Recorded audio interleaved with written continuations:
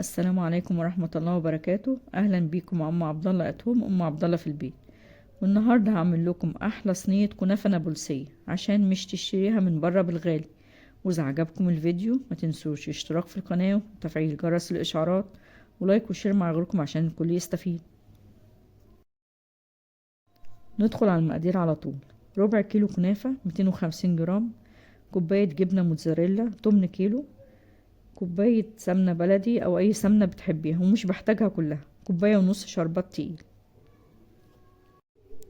ندخل على الطريقة على طول. أول حاجة بعملها زي ما عودتكم إن احنا بنقطع الكنافة قطع صغيرة، وأنا بستخدم دايما كنافة طازة مش متفرزة. بنجيب صينية مقاس 26 وندهنها بمعلقتين سمنة مش سايحة. بعد كده بناخد باقي السمنة ونسيحها على النار. نحط معلقتين كبار سمنة سايحة على الكنافة ونقلبهم كويس. نحط نص كمية الكنافة في الصينية ونضغط عليها كويس.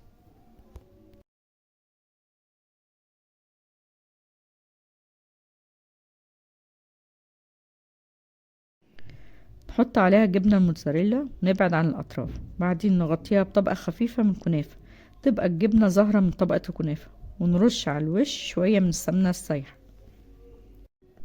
نسخن الفرن على 180 درجة لمدة 10 دقايق.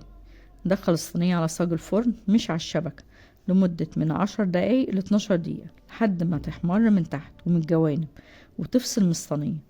نطفي الفرن ونشغل الشواية لمدة 5 دقايق لحد ما يحمر وشها.